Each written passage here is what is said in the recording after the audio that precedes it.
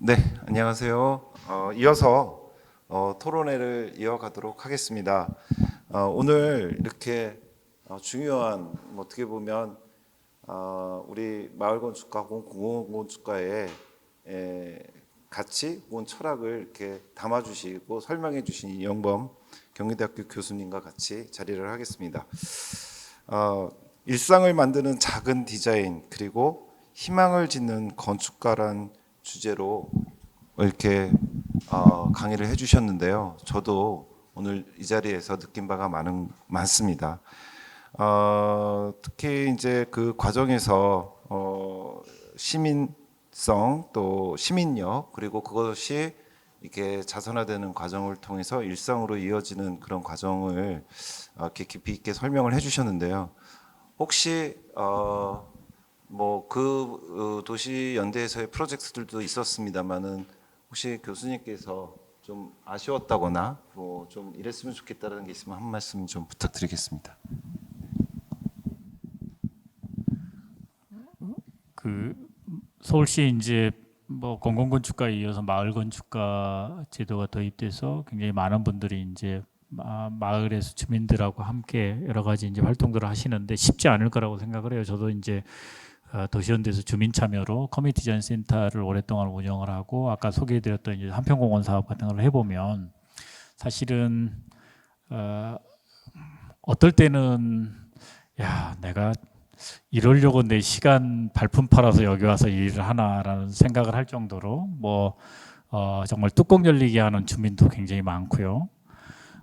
그런데 주민들하고 꼭 뭔가 이게 사업을 하고 끝날 때쯤 되면 꼭 주민분들이 뭔가 이렇게 가슴 찡한 감동을 주세요. 그러니까 이걸 계속 이어가게 되는 묘한 그런 어떻게 보면은 좀 매력이 이 주민분들하고 함께하는 이런 사업에서 꼭 생기더라고요. 그래서 그렇게 하다 보니까 이제 계속 뭔가가 이어지게 되는 것 같고요. 그래서 제가 이제 마을 건축가분들께 어떻게 보면 이제 희망의 메시지를 만약에 전달한다면 주민들은 정말 천의 얼굴을 갖고 계신 분이라고 생각을 해요. 그리고 철저하게 자기 이해관계 중심에서 움직이십니다.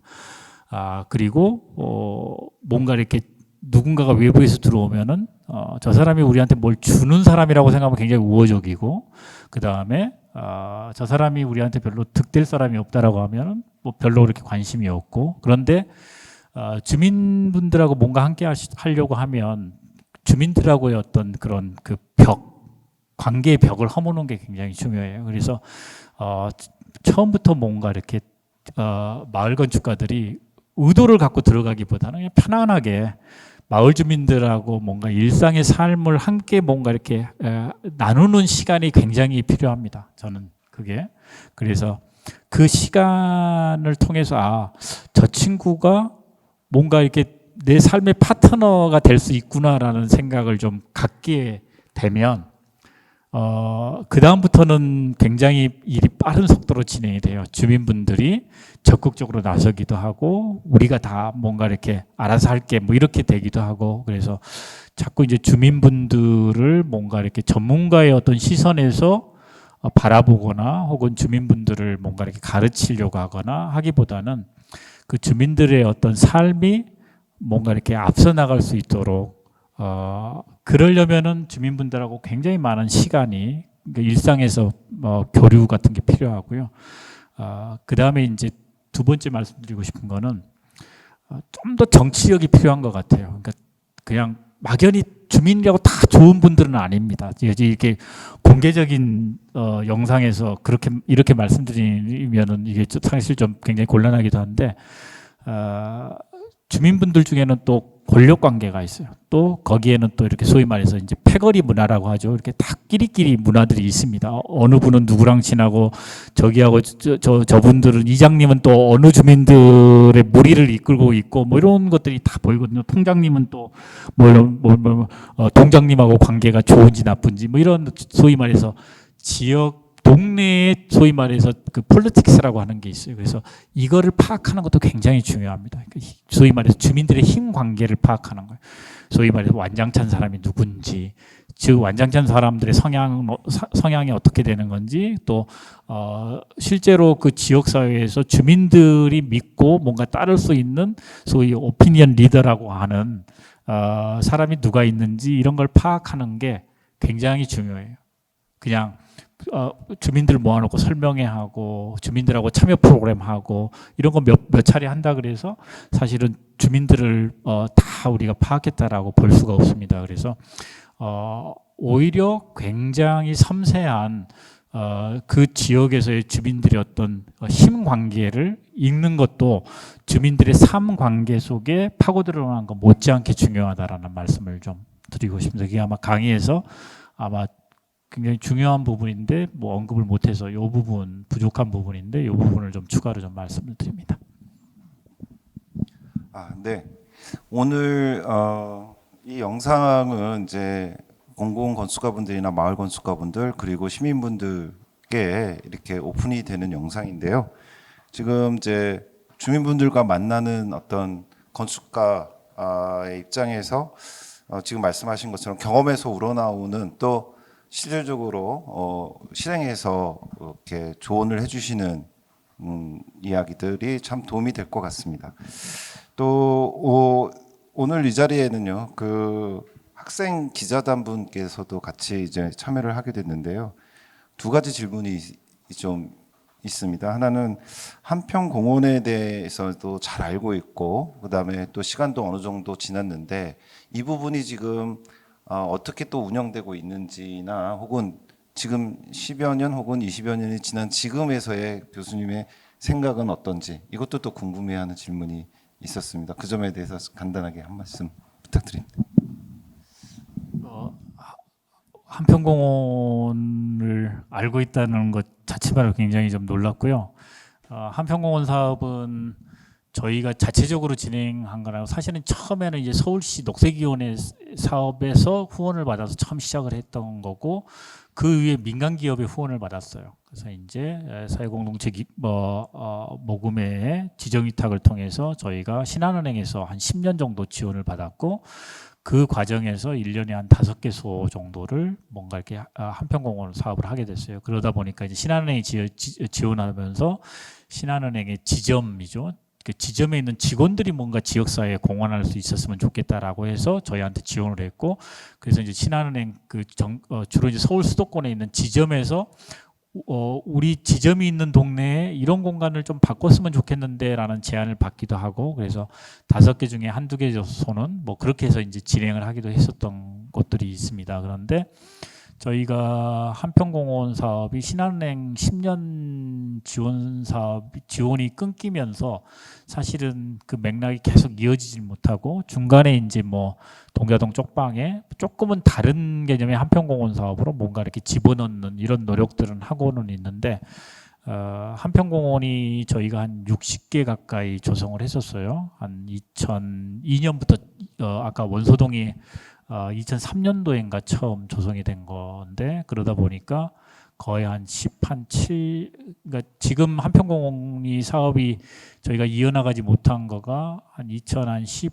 한 5, 6년 정도의 5년 정도의 사업이 끝났으니까 대략 한 12년 정도 거쳐서 한 60개소 정도를 저희가 조성을 했는데 그때 저희가 다른 이제 민간기업 후원을 받으려고 한평공원 전체를 모니터링을 한번 한 적이 있어요. 그랬더니 대략 한 50% 정도, 한 반 정도는 주민들의 일상에서 굉장히 관리가 잘 되고 있다라는 걸 파악을 했었고 한 30개소는 뭐가 이렇게 방치되거나 뭐 잘 운영이 안 되거나 버려지거나 다시 그래서 저희가 일부 전체적으로 리노베이션을 하긴 했지만 야 그래도 반타작을 한 것, 예를 들면 수익률이 50%다라는 거 굉장하다라고 저희가 자부를 했었고 다른 한편에서 보면 야 반이나 뭐가 운영이 안 되는데 그래서 사실은 이 지속적으로 뭔가 공간을 운영하는 거가 관리 운영하는 게 쉽지 않구나라는 그때 생각도 하게 됐었는데 지금은 한평공원에 대한 다른 어떤 가능성을 모색하고 한평공원을 계속 이어가려고 하는 노력을 도시연대 차원에서 지금은 계속 하고 있습니다. 그런데 저희가 지난 2000년대 뭐 2003년 시작하고 나서 한 10년 동안 굉장히 활발하게 한평공원 사업을 했는데 그 부분을 뭔가 이게 사실은 이제 도시 빈곤의 문제라든지 이런 형태로 한평공원을 좀 집어넣었으면 어떨까? 새로운 시도를 뭐 탐색하기도 하고 민간 후원이 끊긴 것도 좀 있기도 하고 그래서 한평공원이 그전만큼 활발하게 이어지지 못하지만 새로운 제2의 한평공원을 좀 저희가 한번 좀 시도해 보려고 하는 고민을 지금 몇 년째 정도 지금 계속 하고 있습니다. 예. 근데 말씀을 듣다 보니까 한평공원이 그 지금 마을 건축가분들이 지금 이렇게 그리시는 마을 지도에 또 좀 표현이 됐으면 좋겠습니다. 그런 생각을 좀 하게 되고요. 그 한 가지 더 이제 그 학생 기자단 분께서 이제 질문해 주신 게 이 쪽방촌 사례들이 마을 건축가들의 그러니까 일이냐 이제 혹시 이 쪽방촌 사례들을 그 마을 건축가 만에 할 수 있는 그런 전문적인 일이다 이러한 쪽의 생각도 좀 갖고 계신 것 같아요. 근데 사실은 이제 아까 강연에서 보셨지만 그런 거는 아니지 않습니까? 그리고 또 그래서 그런지 마을 건축가에 어쨌든 지금 거는 기대가 크고 학생의 입장에서 앞으로 지금 혹은 이제 시작한 지 이제 올해가 2년째인데 지금까지의 성과는 또 어떤 것인지를 또 이어서 같이 물어보셨어요. 근데 이제 이 점에 대해서는 좀 제가 답변을 드려야 될 것 같은데 이거는 이제 작년에는 이제 처음 시작을 했고요. 100한 20여 분으로 시작을 했습니다. 그리고 그 작년은 사실은 좀 씨를 뿌리는 과정이었다라고 본다면 올해는 좀 이제 뿌리를 내리는 과정인 것 같습니다. 그래서 작년에 이어서 계속해서 마을 지도 작성을 하고 있고 또 그 마을 지도라는 것이 지금과 같은 한평공원을 담아내기 위한 또 그 지역에서의 필요한 어떤 시설들 프로그램일 수도 있고요. 또 주민과 혹은 행정과 소통한 이야기들이 이렇게 실제로 그려지고 그다음에 그것들을 또 실현해 나가는 그런 과정이 있습니다. 그것들이 아마 올해 말에는 어느 정도 몇 개의 프로젝트에서 성과가 있을 것으로 예상이 되고요. 이것들을 실은 지자체와 더 밀접하게 같이 협력해 가지고 내년에는 더 많은 사업으로 이끌어내려고 하고 있다. 그래서 굉장히 많이 노력을 하고 계시다라는 점까지만 좀 말씀을 드리겠습니다. 지금 이제 그 같이 해주신 우리 학생 기자분들에 대한 질문은 좀 여기까지 하면 되겠습니까? 네. 지금 사실은 저기 우리 교수님께서 해주신 강의 내용이 어떻게 보면 굉장히 무겁고요. 또 사실 실제로 현업에 계신 분들이 그런 일들을 마음은 있지만 실제로 실천에 옮기기란 아무리 제도적으로 그런 활동의 무대를 만들었다 하더라도 쉽지만은 않은 것 같습니다. 혹시 이제 그런 점 우리 교수님께서 잘 이해하고 계시죠? 예. 그래서 그렇게 어려운 상황에서 좀 그래도 어떤 그 건축가 본연의 그런 의지를 가지고 움직이려고 하시는 분들한테 좀 그 해주시고 싶은 말씀이 있다면 좀 추가적으로 좀 더 말씀을 해주실 수 있을까요? 예.